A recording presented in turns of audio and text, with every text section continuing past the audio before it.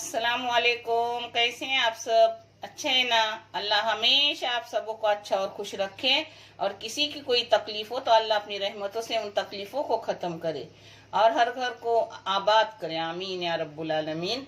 ये चैनल मैंने बच्चों की तालीम के लिए निकाली हूँ। ये आपको अच्छा और सही लगे तो इसे सब्सक्राइब करो, लाइक करो, शेयर करो और चैनल को आगे करने में मदद करो। इंशाल्लाह अल्लाह रब्बुल करीम आपकी गैबी मदद करेगी। आज मैं बना रही हूँ काजू के बीज की अखनी। इससे आगे भी काजू के बीज की अखनी गई हुई है, वो मेरे माँ की तरह की है, मसाले वाली, जो खोपड़ा भून के करते हैं वो।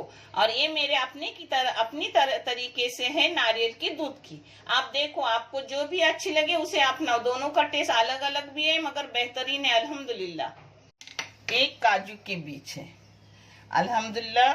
ये बीज मुझे मेरी फ्रेंड लाती है। कभी चुपलों से आते हैं तो कभी गोहा से उनको आते हैं, उनके साथ मुझे भी मंगाए जाते हैं। अल्लाह उन्हें जज़ाए खैर दे। और ये है चावल। चावल मैंने सिर्फ 400 ग्राम ली हूँ, क्योंकि बीज ज्यादा बच्चे पसंद करते तो बीज ज्यादा लूंगी। चावल लंबे ली हूँ। आप चाहे तो छोटे चावल की भी बना सकते हो, जिसे आधा घंटे के लिए भीगने डाली हूँ। बीज जल्दी पक जाएंगी क्योंकि बीज बड़ी बड़ी है। ये है एक बड़ा सा टमाटर। ये एक मीडियम नारियल का दूध निकाला हुआ है। ये 2 बड़े बड़े प्याज है। मसाले में है पाव चम्मच गरम मसाला, क्योंकि अपनी अखनी सिर्फ 400 ग्राम की है तो मसाले भी कम जाएंगे। और पाव चम्मच हल्दी पाउडर, 2 चाय की चम्मच है, 2 चाय की चम्मच है लाल मिर्ची पाउडर, आधी चाय की चम्मच है बरशप पाउडर, आधी धनिया पाउडर और पाव जीरा पाउडर है। और ये अदरक लहसुन का पेस्ट है जो 1 टेबल स्पून भर के लूंगी। ये तेल गरम करने रखी हूँ। आप तेल अपने जैसे खाते उस मुताबिक डालो, मगर मैंने बड़े बड़े 3 चम्मच डाली हूँ। कोई चम्मच नहीं, जो बड़े चम्मच होते हैं ना अपने खाना पकाने के वो।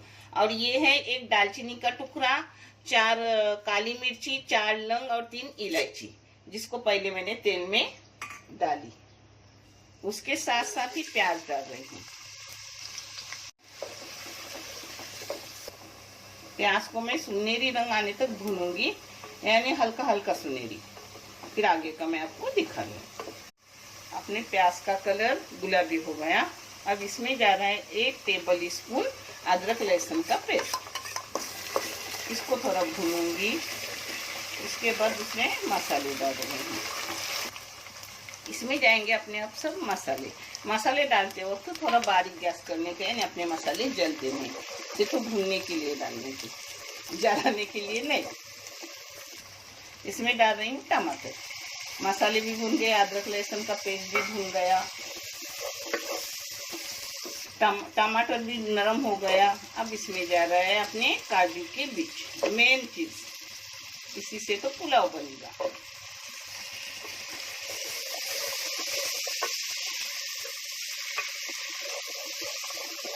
इसमें अब बहुत सारा पानी डाल के पकने रखूंगी, जब तक बी आधे से ज्यादा न हो। 80% बी होने के बाद उसमें चावल डालूंगी। जो डालूंगी वो आपको दिखाऊंगी। अब इसे आराम से पकने दूंगी। अभी नमक भी डाली नहीं हूँ, क्योंकि बुजुर्ग लोग पहले बोलते थे कि नमक जल्दी डालने से बी अपनी नरम नहीं होती, इसलिए मैं डाली नहीं हूँ, बाद में डालूंगी। इसे पकने रखूंगी आराम से नरम होने तक। ये देखो 15 मिनट हो गए। मैंने बारीक मीडियम गैस करके उसको पकने रखी।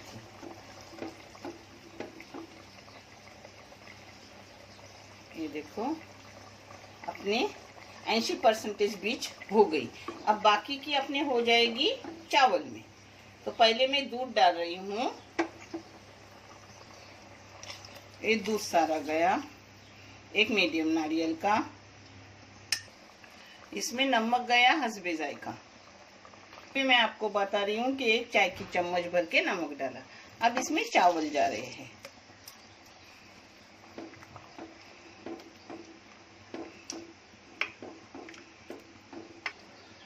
अब इसे पानी सूखने तक पकने रखूंगी, फिर मैं दम में देते वक्त दिखाऊंगी आपको। इस जगह पे आप कोतंबीर डाल सकते हो, मिर्ची के टुकड़े करके डाल सकते हो, मगर मैं कुछ नहीं डालती। घर में अल्हम्दुलिल्लाह सब लाया हुआ है, मगर नहीं डाली। मुझे ना नारियल के दूध की खुशबू अच्छी लगती है। अब इसको दम पे रखूँगी 4 मिनट के लिए, और 4 मिनट के बाद मैं आपको परोस के रखूँगी, दिखाऊँगी। दम पे रखने के बाद भी फिर अपन गैस बंद करेंगे तो उस वक्त भी थोड़ा टाइम बंद रखना अच्छा है, जिससे अपनी अखनी और भी अच्छी होती है। ये देखो 4 मिनट में अपना पुलाव अच्छे से हो गया। अब मैं आपको परोस के दिखा रही हूँ। अल्हम्दुलिल्लाह चावल भी अच्छे से हुए, बीज भी अच्छी सी हुई है। मैं आपको परोस के दिखा रही हूँ। ये देखो अपने माशाल्लाह बहुत अच्छी हो गई है। छुटे ये देखो, देखिए है ना।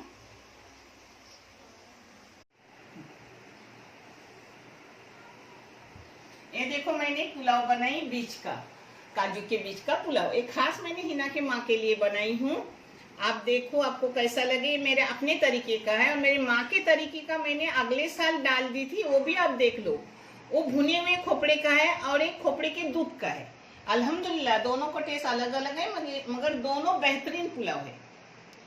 देखने के लिए बहुत सारा शुक्रिया, जज़ाए खैर और आमद रमजान सबको मुबारक।